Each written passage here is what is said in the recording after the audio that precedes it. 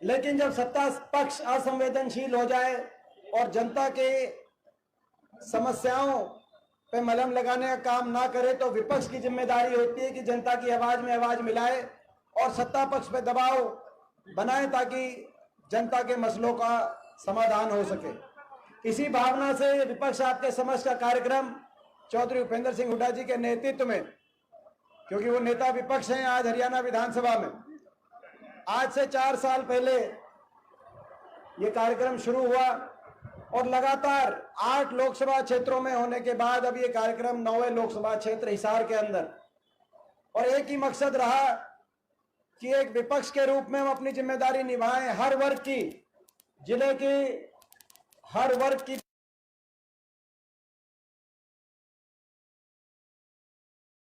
के 30 कांग्रेस के विधायक भी हों।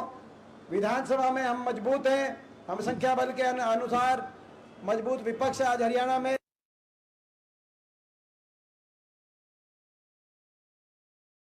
ज्यादा है। 15 में से 14 भाजपा के सांसद हैं, लेकिन एकमात्र सांसद के रूप में मुझे भी वहां अवसर मिला है। तो विपक्ष की आवाज, मेरा प्रयास रहता है कि संसद में भी विपक्ष की आवाज कमजोर ना हो। हरियाणा की विपक्ष की आवाज संसद में वहां पे लोगों के से किसान आंदोलन में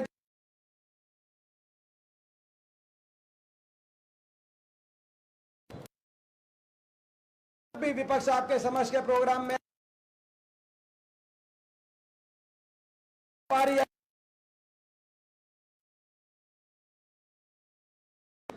घड़ी की सुई आखिरी साल में प्रवेश कर चुकी है। पहले 5 साल में चुनाव होते हैं, पहले 4 साल सरकार के काम करने के होते हैं, उनकी नीति और नियत वो हर वर्ग से कैसे के समाधान करती है सरकार के होते हैं। आखिरी 1 साल जनता का सोचने विचारने का होता है, और अब आखिरी अंतिम 1 साल में जब घड़ी की सुई ने प्रवेश किया तो पहला विपक्ष आपके समक्ष कार्यक्रम यानी कि पहली रैली अगर कहीं है तो हिसार में 20 अगस्त को है। मैं मानता हूं आखिरी साल में, अभी तक तो हम थे विपक्ष आपके समक्ष, लेकिन आपके आशीर्वाद से अगर आपका हिसार में अगर ये रिकॉर्ड तोड़ रैली जो आपने आश्वासन आज दिया है अगर वो होती है तो हम विपक्ष आपके समक्ष नहीं रहेंगे। उस दिन विपक्ष आपके समक्ष से विकल्प आपके समक्ष हो जाएंगे। विकल्प बनने का काम हरियाणा प्रदेश में कांग्रेस पार्टी, और इसके भाषण तो हम बाद में देंगे, लंबी बात और भाषण तो हम बाद में देंगे। आज की तो तैयारी के लिए और सबने अपनी तरफ से आश्वासन दिया है।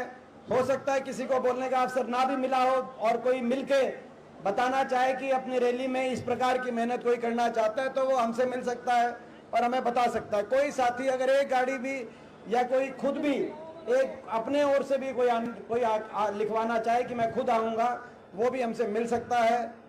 और जो है हमारी बहुत सी हमारी महिला शक्ति भी कोई किसी से पीछे नहीं है। हिसार की महिला कांग्रेस में कहना चाहता हूँ, वो भी जो है इंद्रावती जी का हाथ उठा रही हैं, वो भी किसी से पीछे नहीं, इसमें कोई दो राय नहीं। मगर ये जो 20 की रैली है इसमें 2 बड़े फैसले जरूरी हैं, 2 पहलू हैं। भाषण तो बाद में देंगे, लेकिन 2 लक्ष्य 20 की रैली में। पहला लक्ष्य जैसे प्रोफेसर संपत सिंह जी ने अभी बात कही, जयप्रकाश जी ने बात कही, परिवर्तन का है।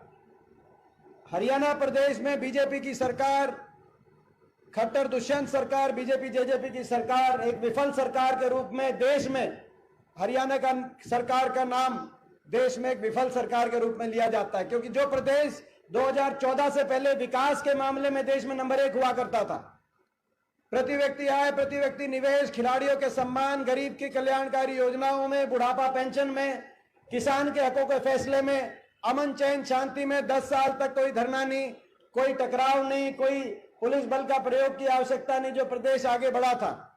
आज वो प्रदेश 9.5 साल की बीजेपी जेजेपी की खट्टर सरकार के बाद वही प्रदेश विकास में तो 16वें 17वें पायदान पे आ गया, लेकिन नंबर 1 बन गया।